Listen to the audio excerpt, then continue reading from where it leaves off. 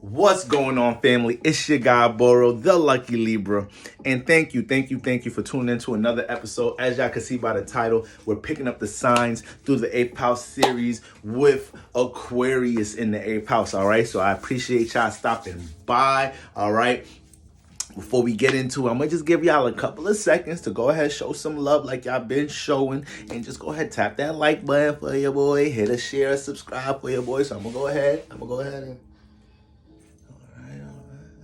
all right. That's why I fucks with y'all. That's why we like this. I appreciate y'all helping me build the community up and circulate these gems. All right, family. So if you'd like to connect with the Lucky Libra, make sure to tap into my website. And if you'd like to tap in deeper, hit the Patreon, y'all. All right. So let's get right into it.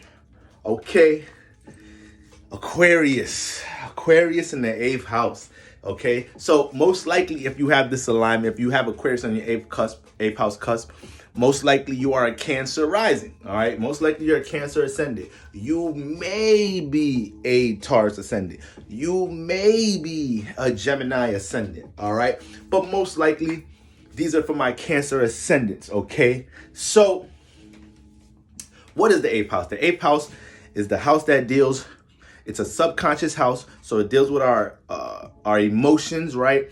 Our inner thoughts, how we process our internal energies. However, that's what we're doing in all subconscious houses: the 4th, the 8th, and the 12th house. The thing about the 8th house is when it comes to the emotions here, this is the house where we see where we've buried things, right? Where we've buried things or where we kept things hidden when it comes to our emotions. And where we get to the root of traumas, wounds, right? We got passions and motives in this house. This house has a huge influence on transformation, all right? Regeneration, transmutation, okay? Rebirths, death, all right? In this house, we're also seeing influences of your sexuality, sexual influences. We're seeing influences dealing with your desires in life here, okay? And we also, this is an occult influence house. So this house is dealing with esoteric, like knowledge and wisdom, hidden knowledge and wisdom, all right?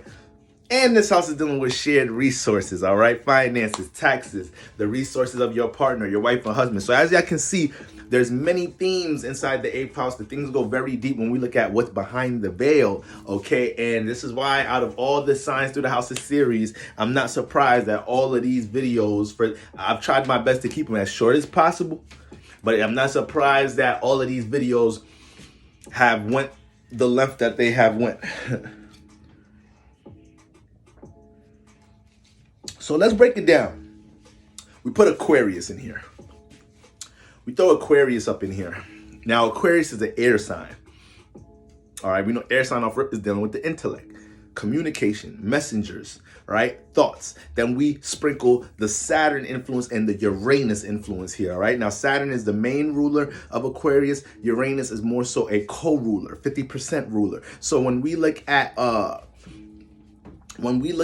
Saturn ruling this house off rip, you need to know with Saturn ruling this house, you need to know what house you have Saturn in.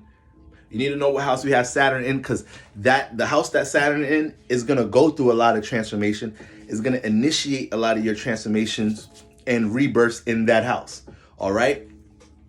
And there's going to be a lot of things you need to build in that house that you're going to construct a lot of how you look at reality in that house. So we want to see that.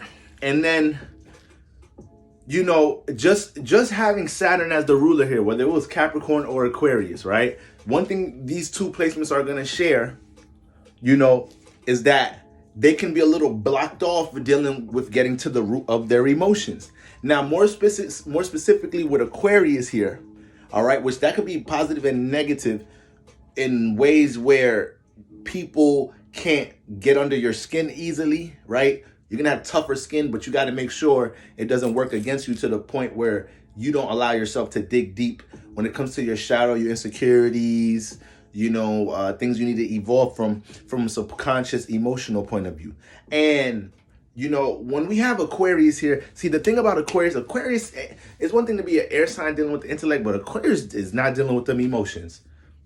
Aquarius is not dealing with them emotions, if not the number one most detached sign in the zodiac. We got influences of air, Saturn, and Uranus. Air likes to move around, connect, deals with the thoughts and the intellect. Saturn deals with building, structure, restriction, limitations. It does not reflect light. It is not dealing with the emotions. All right, it's dealing with reality. And then you got Uranus, which is dealing with individuality and likes to have power and likes to move around. So that energy don't like being confided to attachment. So these are the different things inside the arc that cultivate the archetype of Aquarius that makes it detached. Now, when you put that in the 8th house, these people, a lot of the time, Cancer risings, are going to carry a detached, nonchalant nature when it comes into, their emotional pain, into their traumas, into their wounds, damn near an aloof nature with their emotions, all right? They could be very dismissive of their emotions. So you can have a Cancer rising experience some crazy deep traumatic shit, and they'll do a superb job damn near blanking that shit out of their life and neglecting anything that has stemmed from them energies a lot of the time. Okay, so this is why a lot of time people come in contact with Cancer rising, you're like, damn, you Cancer rising, your chart ruled by the moon, but you're supposed to be in tune with the emotions and shit. Well, you got to work through it in these water houses, and you got Saturn influence 8th house. So it's work, and it takes time getting to them roots, getting to that trauma, lifting that up. It takes time, especially if Aquarius here is gonna continue to carry a dismissive nature. Damn near act like they ain't experienced the things that they experience here. So, and in many cases, it's easy for the Cancer rising, it's easy for Aquarius in the 8th house to think that that's actually the positive way of dealing with some traumas and wounds. Just forget that shit. Just forget that shit. Don't even sink into that shit. Don't think too much into that shit. Think around that shit. Think above that shit. Let's worry about career. Let's worry about building something. Let's worry about stabilizing something. We ain't gonna let that trauma wound get in the way. So to them, that may come off positive. That's the way to deal with it. But what happens here, all right, obviously we're working through the dark stuff first. What happens here is the more they carry that nature and not acknowledging the 8th house wounds and traumas, the more they don't realize how it starts to play a factor in how they connect with others from an intimate point of view. It's almost like these individuals, the more dismissive they are of their own wounds, the more uninterested they become connecting with others intimately. The more dismissive they might become of other people's emotions at times. So they have to be conscious of how this happens. And what actually entices that more with them being, it's not even just them naturally being dismissive of their own emotions and not wanting to dive too deep into their own wounds and traumas and their own shadow. It's not even so much that. It's actually because Aquarius deals with, outcasts, being the outcast, being isolated, right? Being the individual. So a lot of the times, this is what stimulates wounds and traumas for Aquarius in the 8th house. Being in situations in life where they were outcasted, where they were alienated, where they were isolated when they wanted to be a part of something, right? And that situation can end up getting buried and creating certain insecurities to the point it could develop out of I don't need nobody type of nature. It could develop a I don't need nobody type of nature, a super independent type of nature. I don't need you to tell me how to deal with my emotions type of nature.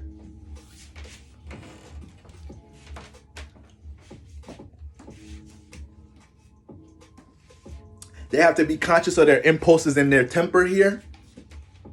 Because Aquarius, it might not think it might not be conscious about how it projects with its temper and impulses here. It's almost like they could find a way to rationalize over their subconscious, or times they were irrational and they dealt with their emotions in a negative way.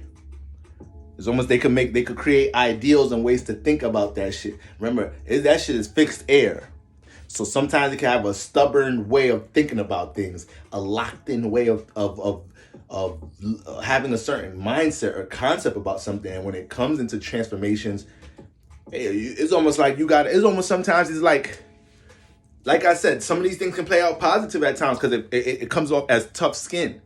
But you have to know the depth of how it can become harmful to yourself to the point Aquarius and 8th house friend experience something traumatic or experience a transformative ass situation, especially with Aquarius here. A lot of the transformative situations in your life can be unpredictable and unexpected because you got Uranus influences here. So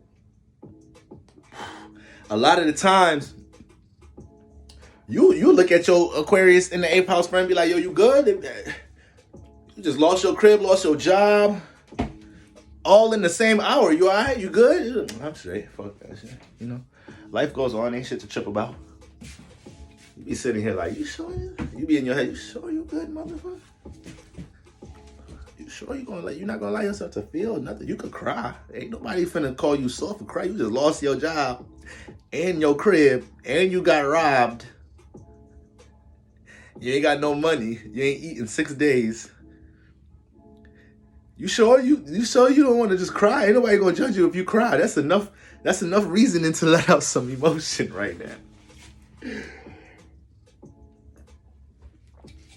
Aquarius in the 8th house might find a way to think around that shit. Be like, fuck it, it's life, it's reality, happening to everybody. He's like, yeah, I know it can happen to everybody, but it just happened to you. So Aquarius and 8th house got to be careful of being that nonchalant about their wounds and traumas. They got to be careful of that. And this is what happens here. This is how we get into the transmutation process. For one, acknowledging that you did experience something that impacted your emotions. It starts there. But this is the beauty of this alignment here. Aquarius is an abstract energy. Aquarius is an abstract energy and it deals with thinking outside of the box. So when you have Aquarius here, they're going to be gifted in understanding how to almost step out of their body and look at a situation. But they have to get to the steps. They have to get to the point of acknowledging something impacted their emotions or they experienced some form of traumas or some type of wound or some type of transformation that affected their psyche and shit. They have to acknowledge that first. Then they're going to be able to unlock these gifts and keys in their life where they could damn near look at themselves like another person, like a different person.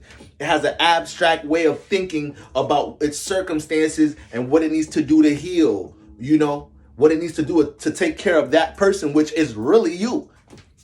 So it's almost like a gift. They know how to step out their body. And once they start doing this with themselves, you know, Aquarius is very smart.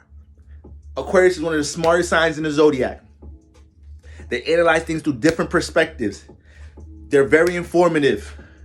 They're very resourceful. A lot of them manifest being the plug in different situations, having to connect to the Aquarius to do certain things. So the more they start doing this for themselves, the more they start being able to easily look at your situation and be able to advise you on what you need to do to heal, what you need to do to transform the emotions. Aquarius is a very transformative sign. Remember, we have Uranus influences here, which Uranus is actually exalted in the 8th house and in Scorpio. Okay? So with this energy, they could take strong, alternative, quote unquote, unique perspectives, strong individual perspectives to bring transformation in their life. And that's why they'll give you that unique ass advice to help you get your internal energies right here. Cancer risings, Aquarius in the 8th house. All right. Now, it's said that this placement has strong, medium, and motherfucking paranormal abilities here. And with the 8th house dealing with death, right? Dealing with the occult, you have to understand Aquarius does know how to channel energies, you know, outside of their reality. You know, once again, it starts with the ability to think outside the box that'll connect them to areas or places that other people's minds won't go. So with Aquarius having that type of influence in the 8th house, these people can have strong medium qualities, okay? Please, if you have this placement, let me know. Let me know, give me some insight on this, you know? Help a brother's studies out. But I can see how that archetype can align that here easily, to the point that when these people experience death in their life, when they experience a death around them, it may leave a bit more of an impact on them because they have a different connection to people that's not in bodies. They have a different connection, a unique connection to people in some type of shape or form. They're able to relate some energies. It may be at a young age. You don't know shit about a spirituality. Maybe at a young age with this alignment, and you lose your grandparents or something, or somebody in your family, and you may still feel highly connected to this person after they leave, more than everybody else in your family. So that's something that may be vibrating hard out of this placement. But their ability to use Aquarius energies to think outside the box as to how to heal their traumas and wounds, different ideas and perspectives of things dealing with their traumas and wounds, and moving away from the detached, nonchalant type of approach to their traumas. That's what's going to help them to evolve. To the point Saturn being here is going to grow such a strong discernment and discipline, making sure that, they don't allow individuals into their life, or energy, or any type of energy period into their life, in order to help prevent some of these situations that they may have experienced. Because remember, Saturn can block things off.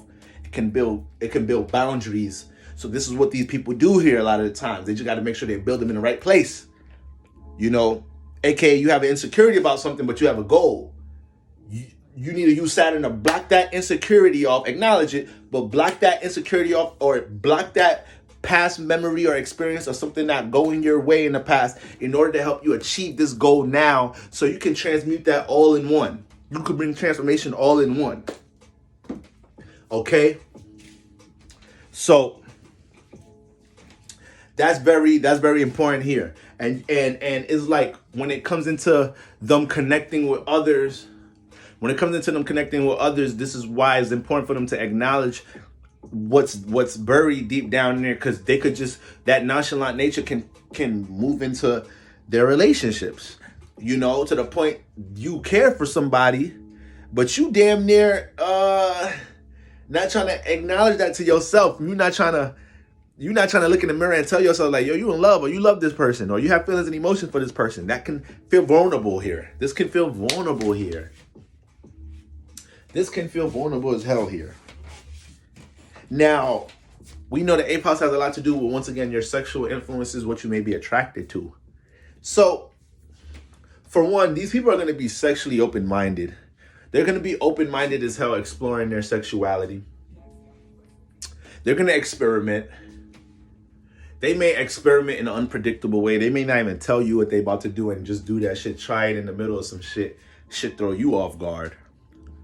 Be like, what the hell? Just gonna bring that gadget, that toy up out of nowhere? You just gonna touch me there? You can't give me a warning? So Aquarius is like, it's intense. Aquarius is more intense than people give credit for. It's a very intense energy, And there's a strong sense of unpredictability that comes into this house with all sorts, whether it's shared values, inheritance, sexual influences, what you may attract with sexually, and what you may be inclined to do during sexual activity, unexpected changes and transformations in your life, a strong sense of unpredictability here. So when they engage sexually, this may be an energy they give off. These people can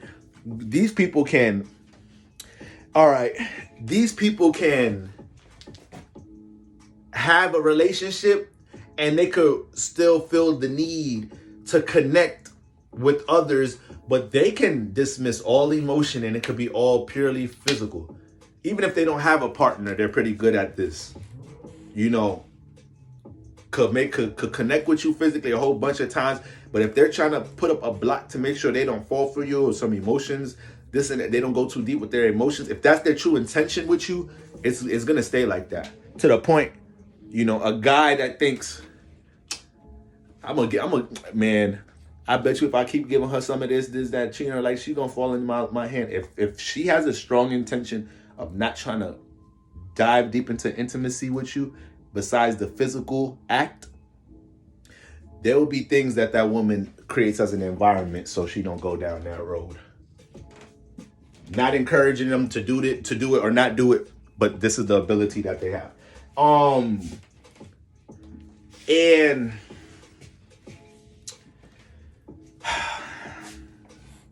they're not, with the unpredictability and the open-mindedness and the experimentation, they're not gonna allow themselves to stay with somebody who they feel limited and restricted with sexually. They're gonna have to be with somebody that allows them to experiment, somebody that's as open-minded, somebody that,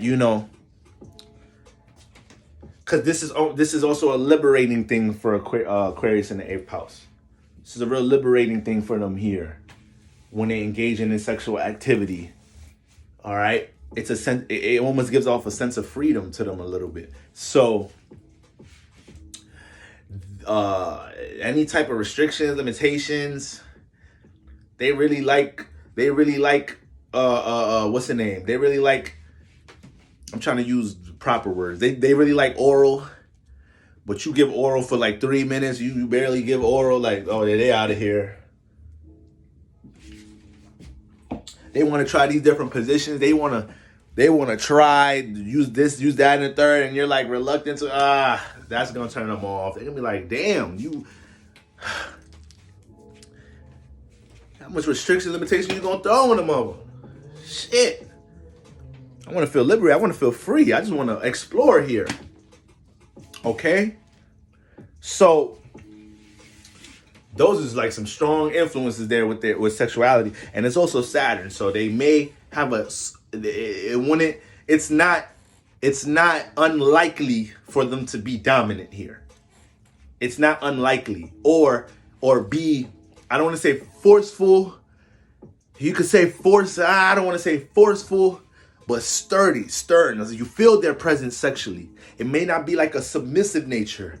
You feel them asserting themselves in a certain way sexually, right? Okay? So let's say that. Assertive. Yes, not forceful. Assertive. Okay? So they're going to be attracted to people with these Aquarian traits a lot of the time. They may be attracted to somebody that look like they don't give a fuck about. So they may be attracted to that individual. It's a huge party event, and that one individual that came in there looking like he didn't give a fuck about he or she didn't care about being the best dressed, give a real outcast-like nature. You see me right now, I didn't get my hair done in the longest.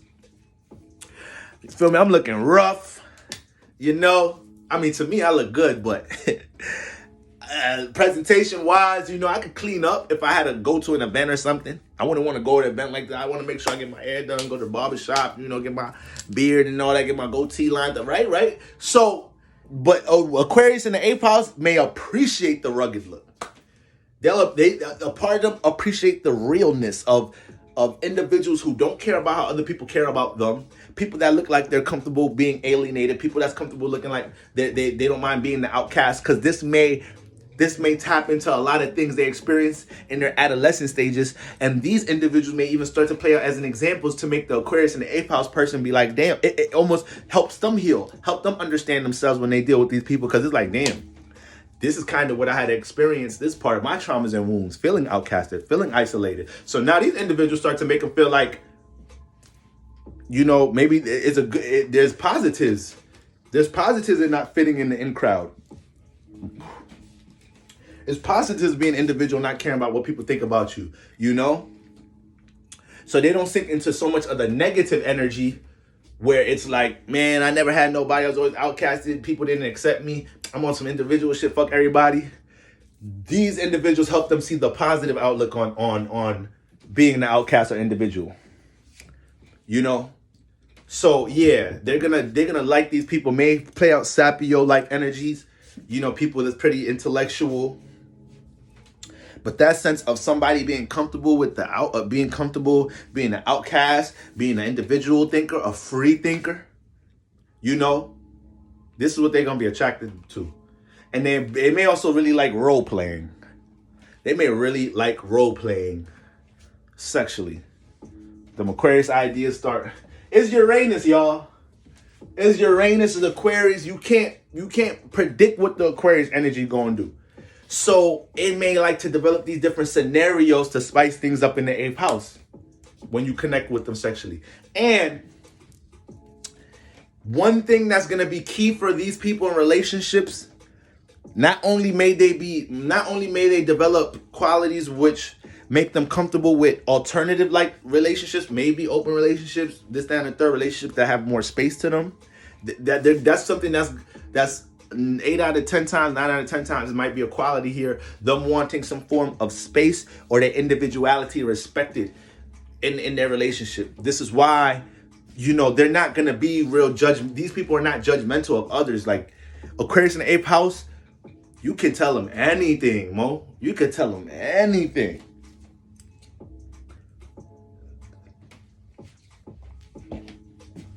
These people are not judgmental people because they don't want nobody judging them. They don't want nobody judging them, so they ain't finna judge you. And this is the phrase here. If you love them, set them free. That's Aquarius in the 8th house all day, every day. Vice versa, whether it's them or their partner. They're not going to try to be possessive over their partner. They're going to let their partner fly, let their wings fly. And at the same time, they may have energies where it's like they need their partner to let them do, not saying that they need to that they're going to want for their partner to just let them either cheat or just go crazy or whatnot in the world while they're in a relationship or while you connecting with them. They need to have that sense of their partner knowing they can trust them or give them a space to be them, still be the individual, still let them do them. Can't be super on top of these people like that. No. They're gonna be out of here. Cannot be super on top of these people. Cannot smother their space here. You don't want to smother nobody's space, but these ones, they're not gonna give you that many warnings or red flags. They may not even say. They're not gonna warn you about it. They may not even say nothing about it. They pick up on that energy. They out of here. So they will set you free.